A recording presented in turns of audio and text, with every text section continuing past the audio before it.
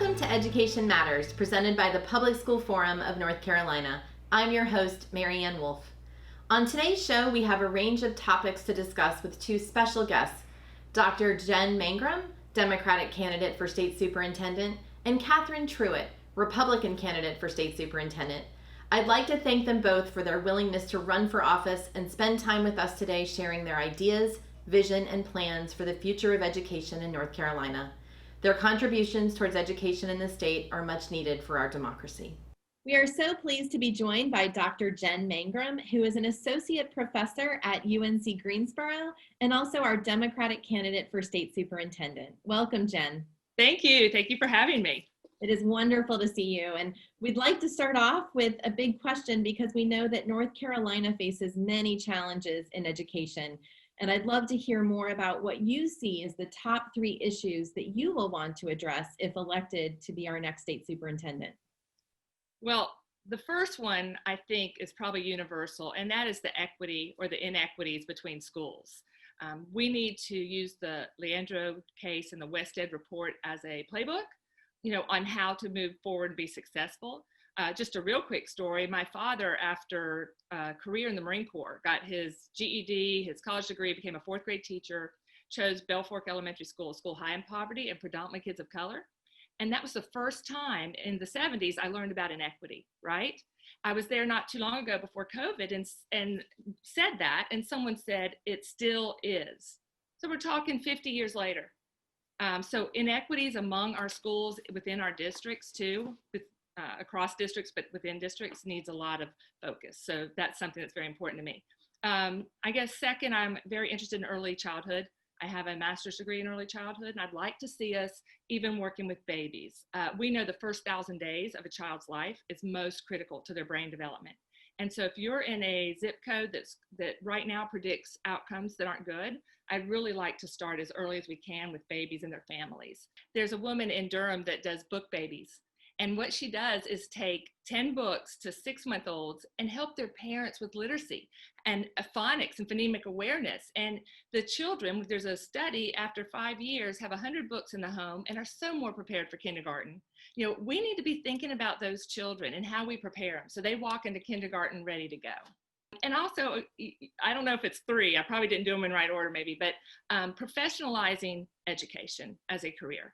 I have a lot of support from teachers and educators because I am one, but they have been devalued and not trusted and disrespected, and their job has become more and more difficult, particularly during the pandemic.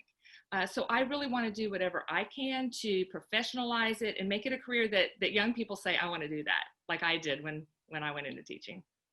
Well, that's actually a great segue into our next question, because we do know that teachers are the #1 school-related factor that affects student outcomes. And we hear a lot about our teacher shortages here and nationally, but also about teacher pay gaps. And so could you share more about what you would propose that we do to address these challenges related to teaching?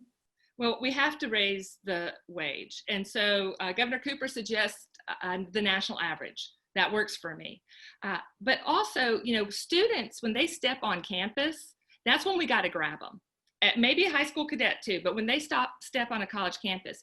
Right now, if you're a freshman trying to decide what to do, if you go into chemistry versus chemistry and science education, you're going to take a 25% pay cut. So we really need to just get out there in colleges and raise the wage, and then give them good reasons why this is such an impactful and meaningful career.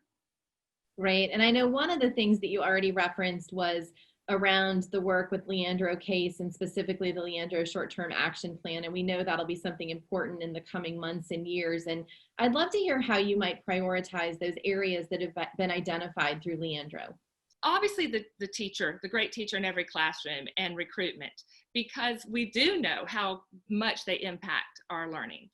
Principals impact teachers, right? Whenever you go to a school that's doing well, there's a great principal. I've never been to a school that is doing well in spite of leadership. But funding will probably come up throughout this conversation.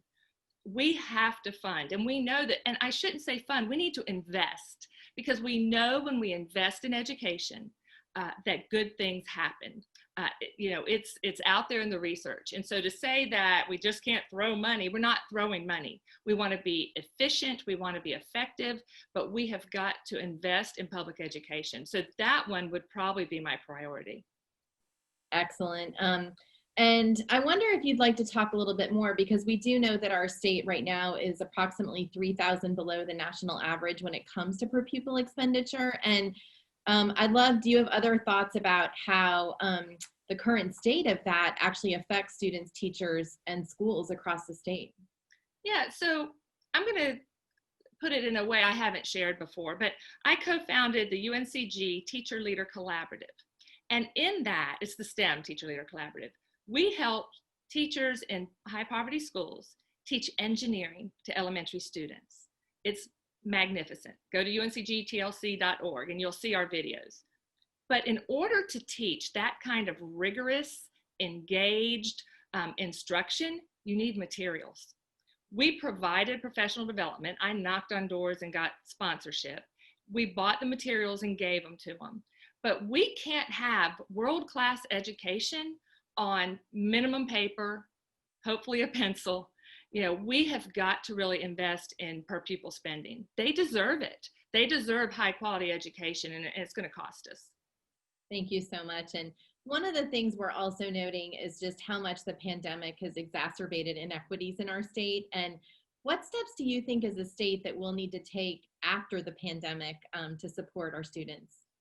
One of the things I love is I heard Andy Hargraves say we need to move from a world of tragedy, pandemic tragedy, to a post-pandemic transformation. I love that. We need to use this opportunity to do things differently. My vision is that every student will flourish. And I use the word flourish because we need to care about their well-being. We've been so focused on high stakes testing, competition, grading. Let's think about their health, their well-being, their physical needs, the arts. Like, I would really love us to use this as a moment to say, what does North Carolina care about? What do we value? And let's see it in our education system. That's so important. And I think one of the things related to that we've been hearing about is just how important social and emotional learning is. And especially with the pandemic, we've been, hearing a lot of discussion of districts around SEL, but also trauma-informed efforts. And I wonder how you might approach those issues in our schools. So my mom died in my arms 30 minutes before school one day, 30 minutes before school. My father left with her and the paramedics, and I walked to school that morning. And I walked in because I knew my teachers were going to be a place where I would be safe. And I honestly probably thought they were going to, help me fix it, right, as 14 years old. There are so many students like Jen, and maybe they didn't just lose their mom, but they are walking into school because they need someone to guide them. My teachers were great, but I didn't have counseling. I didn't have resources. Teachers didn't really know how to help me, right? At UNCG, my students next week are taking the ACEs course through someone at State so that they are a little bit more knowledgeable as they go into student teaching about ACEs and adverse childhood experiences, but I've lived them. And so we have got to have nurses, school psychologists, social workers, guidance counselors. We have to train teachers on what do you do when Jen walks in and says, my mom just died. It happens, and it could be a million different things that our kids experience, but they're human beings who are experiencing a lot of trauma. And you mentioned exacerbating, the pandemic's going to exacerbate that as well, right? So we need to have a plan in place. I don't have the plan all in my head, but we need to have it by day one if I win, because that is so important to me. I would like to ask you to share just a little bit about, when I think about everything going on, we're also seeing resilience and ability to persevere during the pandemic from our families, our communities, our students, our educators, and our school and district leaders. And they certainly give me hope for what's to come. And so I'd love to ask you, what gives you hope for education in our state? I guess it's the students and the educators, but mostly educators. And, I'm going to sound a little boastful, but one of them called me and said, my friends and I said, you have to win because you give us hope. 1 out of 3 teachers are thinking about leaving because of the pandemic, because of circumstances. They need to see change. They need to know that someone's in there who is going to say, the way we're treating teachers isn't okay. And because they support me and they hug me and they lift me up, I want to do that for them. And that's what I plan on doing. Thank you so much. And I want to take a moment to once again appreciate all your efforts in running for office and also taking time out of your very busy schedule to be with us today. Education Matters is brought to you each week in part by Town Bank, serving others, enriching lives. We are so pleased to be joined today by Catherine Truitt, the Chancellor of WGU North Carolina, and also our Republican candidate for State Superintendent. Welcome, Catherine. Thanks so much, Mary Ann. I'm really happy to be here with you today. Thank you. And we know that North Carolina faces many challenges in education, and I wonder if you would share with us the top 3 issues that you will want to address if you are elected as our next state superintendent. So the first one for me has to do with literacy. We unfortunately are a state that has not been able to crack the nut on ensuring that all students, regardless of race, ethnicity, and income level, are able to read, headed into 4th grade, which is crucial because students are reading to learn, move from learning to read to reading to learn, and then headed into 9th grade, which is critical as we think about preparing students for post-secondary success. In fact, only less than 1/3 of our Hispanic students are reading proficiently headed into high school, and only 14% of African American students are. So that's job one. Also, I believe that our school accountability system needs to be fixed. It's broken. We do need to prioritize accountability, but I also believe that we need to have achievement and growth as 2 standalone measures and remove punitive actions against schools that are able to grow students, but maybe are not quite at that achievement level yet. And then the third thing I would say is our funding system needs to be changed. The Wested report is very clear that before we can begin to fix our inequities, we have to look at the unintended consequences of some of our funding policies. Thank you so much for sharing those clearly critical issues for us. And we're going to dive in a little bit some more here. So we know that teachers are the #1 school-related factor that affects student outcomes. And we're hearing so much about shortages in North Carolina, but also nationally, as well as about gaps in teacher pay. How would you propose that we address the challenges we face to make sure that every student has access to an excellent teacher? One of the major pieces of research that came out a few years ago is called the MANA report. And this report was really the first piece of research to quantify the value of a good building leader, a good principal.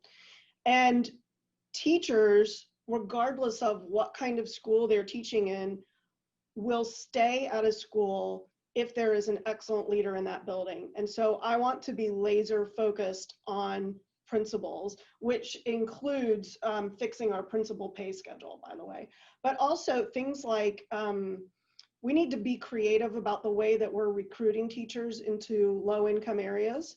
I visited Warren County, where we've got a former resident of that area who is rehabbing apartments for teachers to come, new teachers to come and stay and live very inexpensively. Innovations like that. And then for our veteran teachers, we've got to expand the advanced teaching roles program, let veteran teachers earn more money for mentorship and providing professional development, things like that. But we do need to continue to improve. You know, teachers in North Carolina have gotten pay raises for the last 5 years, and we're not done yet. We need to continue to advocate and get more teacher pay raises and really talk about teacher compensation with what the whole compensation package is, including benefits and health care benefits and retirement. I wonder how you would prioritize, and I think you've already mentioned a little bit, but the areas identified in Leandro.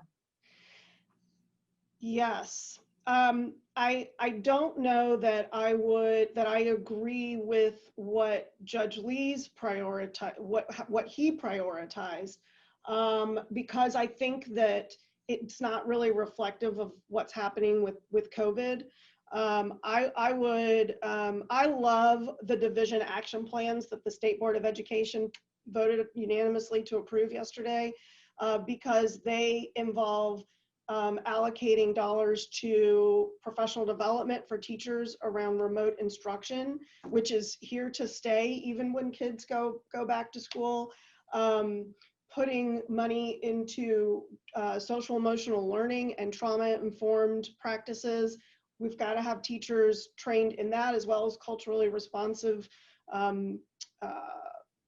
responses to things like discipline parodies and things like that. And so I think that there needs to be more collaboration in determining what this first step looks like with our Leandro spin, but certainly for me, early literacy has got to be included in that. I know currently our average per pupil expenditure effort as a state is approximately $3,000 below the national average. And I wonder how you think the current state of our public school investments affect students, teachers, and schools in our state, and what might you recommend?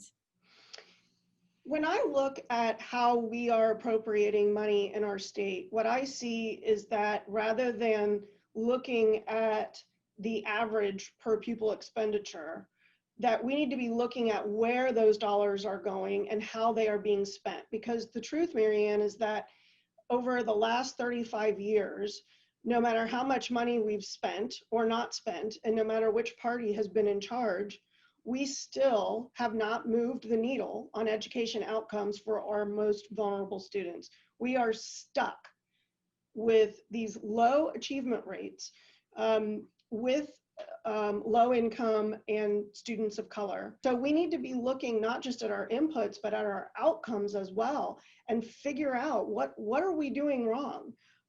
What needs to change? We can't keep doing the same thing over and over again and expect a different result. But right now we are funding English language learners, low income students, and exceptional children at a rate of 33% more than children who do not fit into those categories. And I want to see more efforts around how we're spending this money and making sure that we have targeted investment strategies rather than blanket. One more thing we've been hearing a lot about is the importance of social and emotional learning with in-person or remote instruction. And it feels like all of this has just become more to light with the pandemic. And I wonder how you would approach SEL or trauma-informed efforts as if you are elected as superintendent, but also as we come out of the pandemic eventually. Yes. So I really like that the State Board of Education is prioritizing some of the things that you just mentioned. About $4.5 million has been allocated to the district school transformation team at the Department of Public Instruction, which is a division that I've said in the past publicly needs to be reinvigorated, quite frankly, and better funded. And so I would love to see that organization provide PD to our leaders in the building, because that's the most efficient way to do it. And they need to then share those practices around trauma-informed practices, culturally relevant teaching. And then we need to figure out again, how do we localize those efforts so that all building leaders and teachers have access to this information. Thank you so much. And I would like to ask you to share just a little bit about, when I think about everything going on, we're also seeing resilience and ability to persevere during the pandemic from our families, our communities, our students, our educators, and our school and district leaders. And they certainly give me hope for what's to come. And so I'd love to ask you, what gives you hope for education in our state? I love visiting out of the way places. I mentioned that I went to Warren County a couple of weeks ago, and I also went to Halifax County too on that visit. And I love stumbling across innovations that are happening in these out of the way places that we don't read about, that we don't hear about, that are not reported on. And then having the opportunity to bring that innovation to a larger audience, because one of the roles of the state superintendent is to scale innovation. And I knowing that those innovations are out there just waiting for us to find them really gives me hope. Thank you so much. I want to appreciate first you being with us today, but also I just so value those who are willing to run for office in our state at a time that is so important. And just thank you for spending time with us today, Catherine. And after this, the final word. I want to begin by thanking Dr. Jen Mangrum and Catherine Truitt for being with us today and running for statewide office. Our democracy needs more than ever public servants who are committed to serving in challenging yet incredibly important leadership roles, and it's a significant undertaking to run for office. Thanks again to you both. Speaking of running for office, we as North Carolinians have a critical role to play right now as well, and that's making sure each of us has a plan to vote in this fast approaching election. We are fortunate in this great state to have multiple ways to safely vote this year, including taking advantage of absentee voting, early voting at designated sites, and voting on Election Day, November 3rd, at your local polling place. Here in North Carolina, if you haven't registered to vote, you still have some time. The deadline is October 9th. You can register online, in person, or by mail if it's postmarked by that day. There are also processes in place for same-day registration if you miss that deadline. And once you are registered, in many locales across the state, you can early vote between October 15th through the 31st.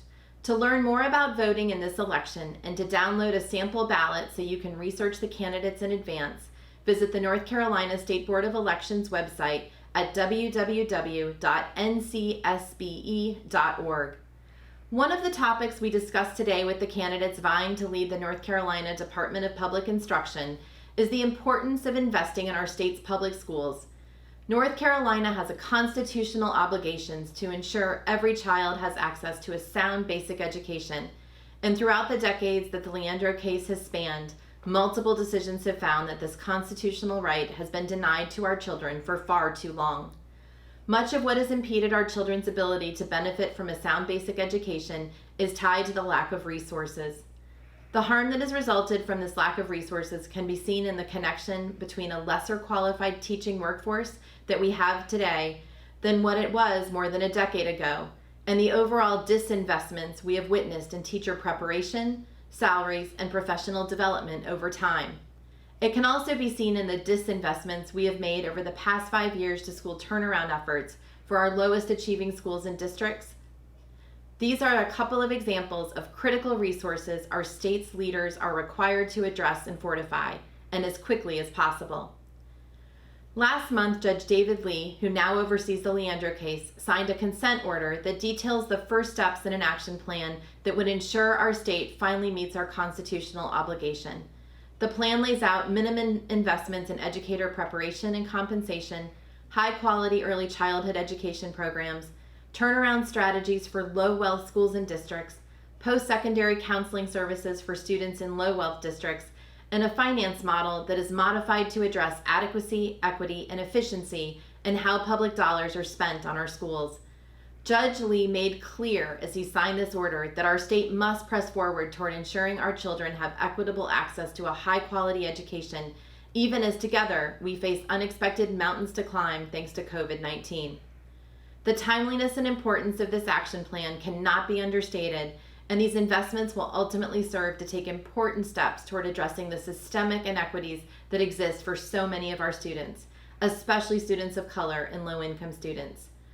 I appreciated hearing from both candidates today about their support and focus areas for the Leandro plan. Thank you for taking time with us to learn and think about education. That's all for today, and we'll see you next week.